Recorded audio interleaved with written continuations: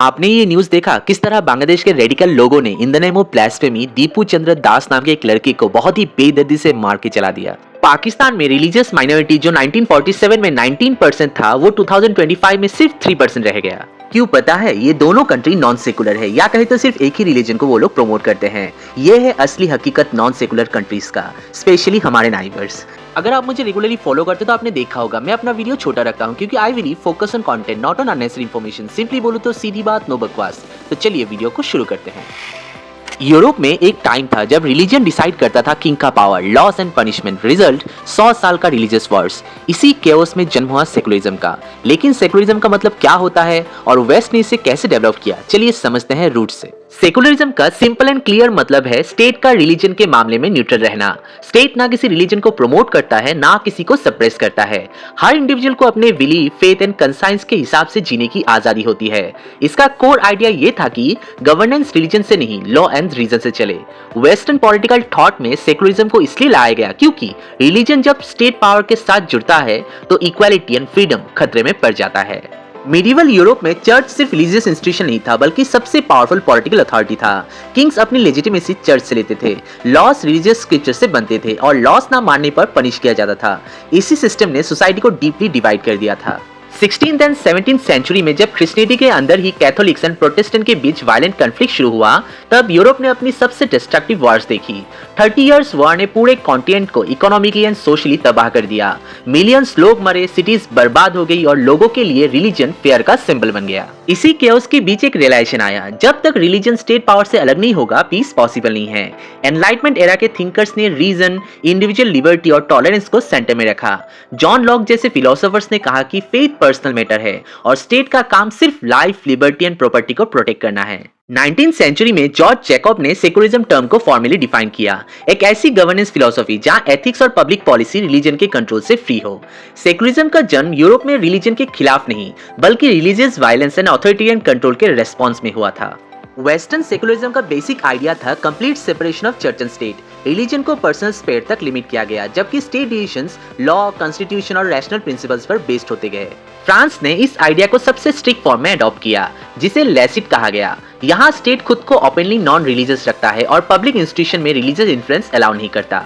Anglo American countries ने comparatively soft approach ली। यहाँ state religion को अपोज नहीं करता लेकिन किसी एक रिलीजन को प्रेफरेंस भी नहीं देता। रिलीजियस फ्रीडम प्रोटेक्टेड नहीं होती पर गवर्नेंस रिलीजियस लॉस से नहीं चलती।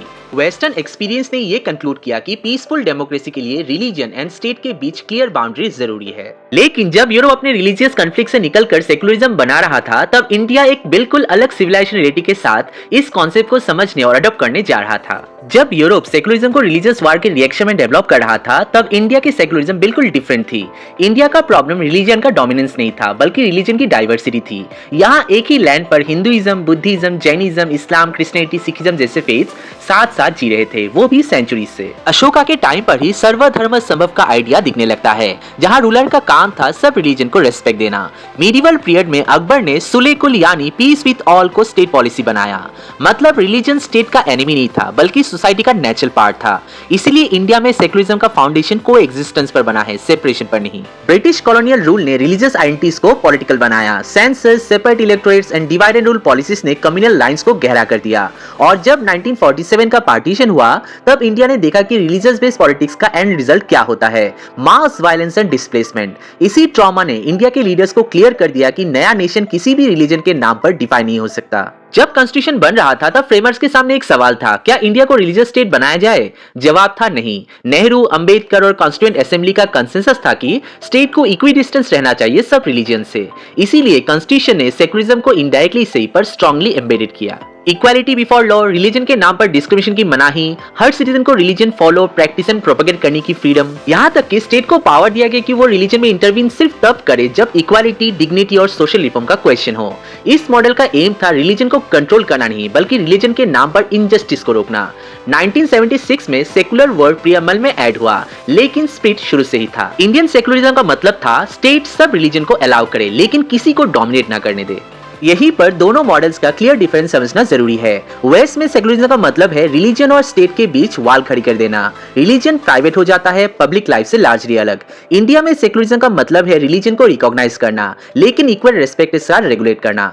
वेस्ट में स्टेट रिलीजन से दूर रहता है, इंडिया में स्टेट रिलीजन से बात करता है ताकि रिफॉर्म हो सके।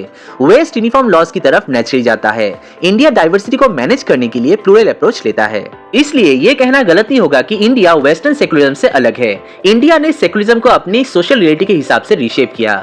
सेकुलर प्रिंसिपल के हिसाब से इंडिया को आप पॉजिटिव सेकुलरिज्म और वेस्ट को नेगेटिव सेकुलरिज्म भी कह सकते हैं। अब सवाल ये उठता है, जब इंडिया का सेकुलरिज्म इतना बैलेंस्ड एंड कॉन्टेक्स्ट बेस्ड था, तो आज इस कॉन्सेप्ट पर इतना कंफ्यूजन एंड मिसयूज क्यों हो रहा है? 1947 के बाद इंडिया सिर्फ एक नया कंट्री नहीं बना था, बल्कि एक डीपली वुंडेड सोसाइटी भी थी। पार्टीशन ने ये क्लियरली दिखा दिया कि जब नेशन रिलीजन के नाम पर डिफाइन होता है, तो रिजल्ट सिर्फ बॉर्डर्स का डिवीजन नहीं होता, इंसानी जिंदगियां टूट जाती है। इस एक्सपीरियंस ने इंडियन लीडरशिप को एक चीज पर एब्सोल्युटली क्लियर कर दिया, इंडिया किसी एक रिलीजन का स्टेट नहीं हो सकता। इंडिया की डाइवर्सिटी अनप्रेसिडेंटेड थी। यहाँ रिलीजन सिर्फ बिलीफ सिस्टम नहीं, बल्कि आइडेंटिटी, कल्चर और डेली लाइफ का हिस्सा था। अगर स्टेट किसी एक रिलीजन को प्रेफरेंस देता, तो बाकी कम्युनिटीज परमानेंटली इनसिक्योर हो जाती। इसलिए सेक्युलरिज्म इंडिया के लिए आइडियोलॉजिकल चॉइस नहीं, सर्वाइवल स्ट्रेटजी थी, ताकि हर सिटीजन अपने आप को पहला इंडियन समझे, फिर रिलीजियस। डेमोक्रेसी भी एक मेजर रीजन था। यूनिवर्सल एडल्ट फ्रेंचाइज तब पॉसिबल नहीं होता जब सिटीजन को रिलीजियस आइडेंटिटी से जोड़ा जाता। सेक्युलरिज्म ने एंश्योर किया कि स्टेट का रिलेशनशिप सिटीजन से हो, रिलीजन से नहीं। इसी वजह से equality for law and freedom of religion constitution के कोर पिलर्स बने। पार्टीशन के बाद पाकिस्तान ने खुद को इस्लामिक स्टेट डिक्लेयर किया। कॉन्स्टिट्यूशनली एक रिलीजन को प्रेफरेंस दी गई, जिसका डायरेक्ट इंपैक्ट माइनॉरिटीज पर पड़ा, legal, political and social level पर। सिटीजनशिप और फेथ का ओवरलैप वहां एक परमानेंट टेंशन बन गया। बांग्लादेश ने शुरू में सेकुलरिज्म को अडॉप्ट किया, लेकिन लेटर पॉलिटिकल चेंजेस के साथ इस्लाम को स्टेट रिलीजन डिक्लेयर किया। रिजल्ट ये हुआ कि सेकुलरिज्म और रिलीजियस आइडेंटिटी के बीच एक कॉन्स्टिट्यूशनल कॉन्ट्रडिक्शन क्रिएट हो गया। इन दोनों केसेस से क्लियर लेसन मिलता है, जब स्टेट रिलीजन के साथ फॉर्मली अलाइन हो जाता है, तो प्लूरलिज्म फ्रेजाइल हो जाता है और पॉलिटिक्स रिलीजियस आइडेंटिटी के अराउंड घूमने लगती है। इंडिया ने कॉन्शियसली इस बात को रिजेक्ट किया। इंडियन सेकुलरिज्म एक डेलिकेट बैलेंस है, ना यूरोपियन कॉपी, ना रिलीजियस थियोक्रेसी का कॉम्प्रोमाइज। ये एक कॉन्टेक्स्ट बेस्ड मॉडल है जो डाइवर्सिटी को स्ट्रेंथन बनाता है, कॉन्फ्लिक्ट को नहीं।